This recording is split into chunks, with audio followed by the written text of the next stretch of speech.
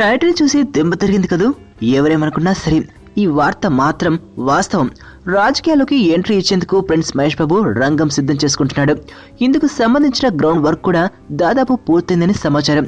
ప్రజలకు సహాయం చేయాలంటే రాజకీయాల్లోకి రావడమే సరైన మార్గమని భావించి మహేష్ ఆ నిర్ణయం తీసుకున్నట్లు తెలిసింది. అయితే రియల్ లైఫ్ లో కాదులేండి, రియల్ లైఫ్ లో తనకు శ్రీమంతులు లాంటి బిగ్గెస్ట్ హిట్ అందించిన కొరటాల శివతో మహేష్ మరో మూవీని ప్రారంభించిన విషయం తెలిసిందే. ప్రస్తుతం ప్రీ ప్రొడక్షన్ కార్యక్రమాలు జరుపుకుంటున్న ఈ మూవీకి సంబంధించి కొన్ని ఇంట్రెస్టింగ్ విషయాలు వెలుగులోకి వచ్చాయి. పూర్తి పొలిటికల్ బ్యాక్డ్రాఫ్ట్ లో వస్తున్న ఈ మూవీలో మహేష్ ముఖ్యమంత్రిగా కనిపించున్నారట.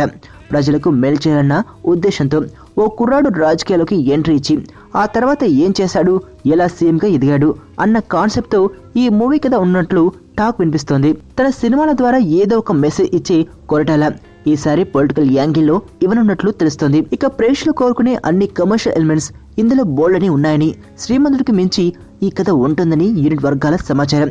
ఈ సినిమా జనవరి నుంచి సెట్స్ మీదకి వెళ్లనుంది. జూన్ జూలై లోపు షూటింగ్ ముగించేసి ఆగస్టులో చిత్రాన్ని ప్రేక్షకుల ముందుకు తీసుకొచ్చేందుకు సన్నాహాలు చేస్తున్నారు. ఇందులో మహేష్ సరసన కీర్తి సురేష్ హీరోయిన్ గా నటిస్తోంది. నీ స్నేహితుడు ఎవరో తెలిస్తే నీ క్యారెక్టర్ తెలుస్తుంది. నీ శత్రువు ఎవరో తెలిస్తే నీ కెపాసిటీ తెలుస్తుంది.